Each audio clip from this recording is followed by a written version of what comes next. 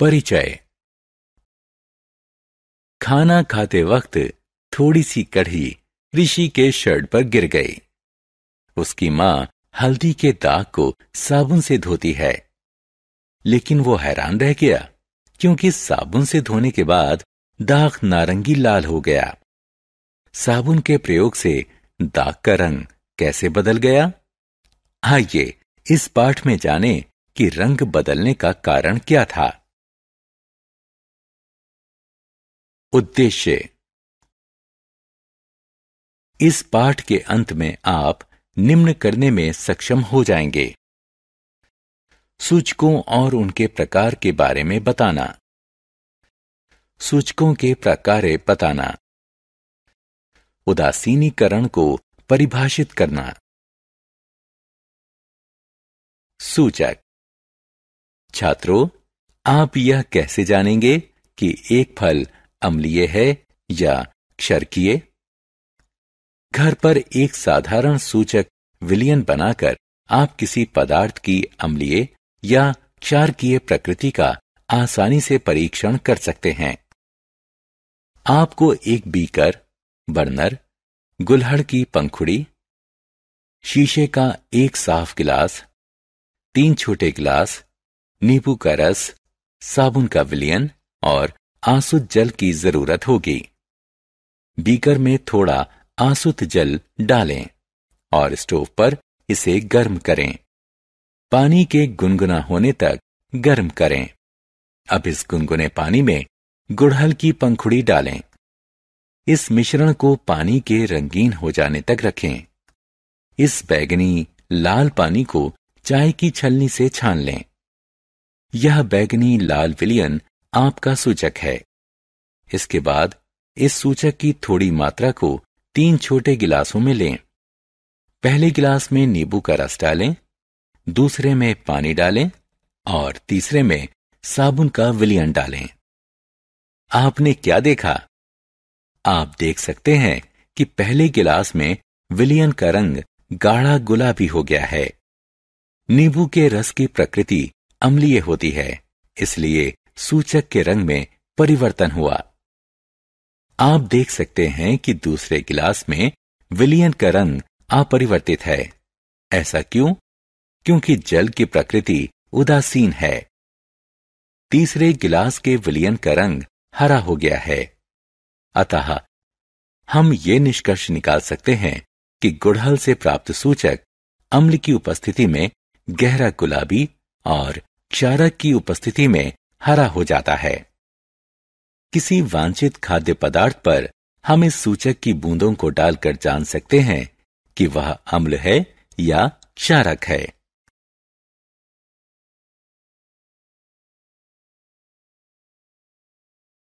उदासीन विलयन। जल का स्वाद कैसा होता है? यह खट्टा है या कड़वा?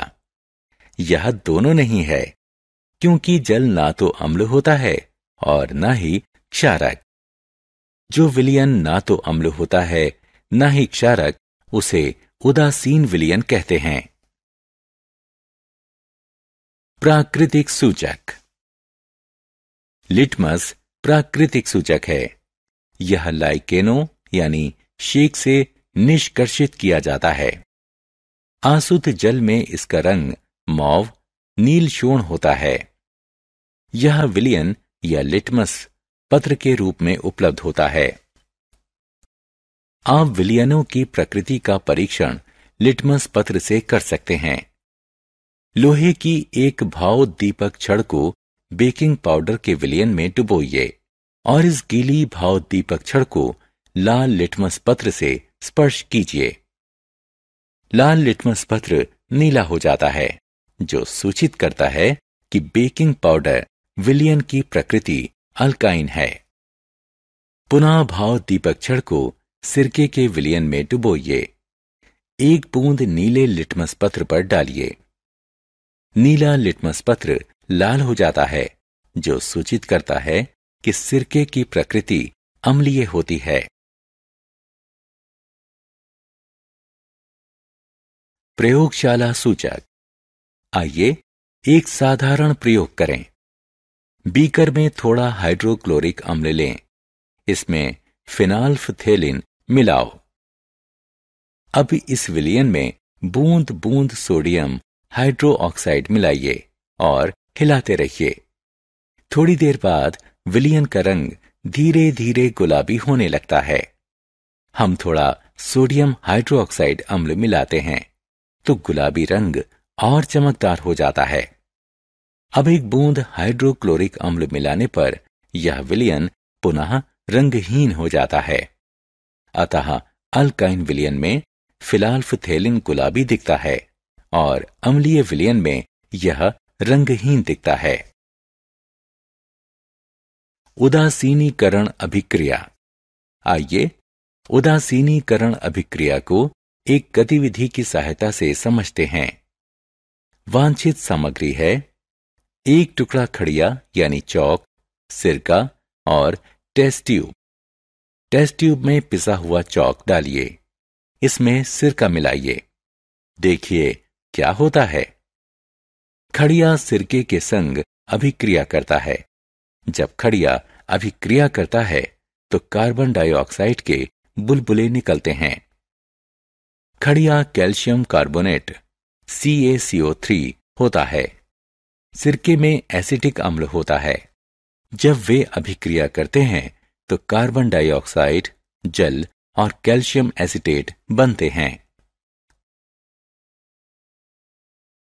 सारांश।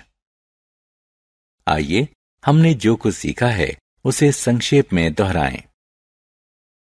सूचक एक ऐसे पदार्थ के रूप में परिभाषित किया गया है जो पदार्थों के रंग की प्रकृति में परिवर्तन के माध्यम से परीक्षण करता है कि वह पदार्थ अम्ल है या क्षारक है।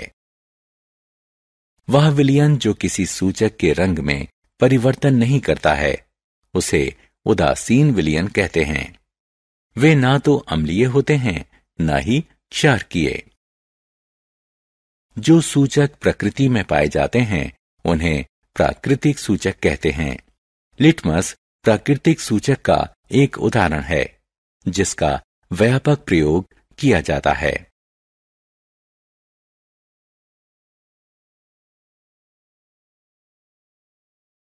अम्ल नीले लिटमस को लाल में बदल देता है, जबकि क्षारकीय विलयन लाल लिटमस को नीले में बदल देता है। अम्ल और क्षारक के बीच की अभिक्रिया को उदासीनीकरण कहते हैं।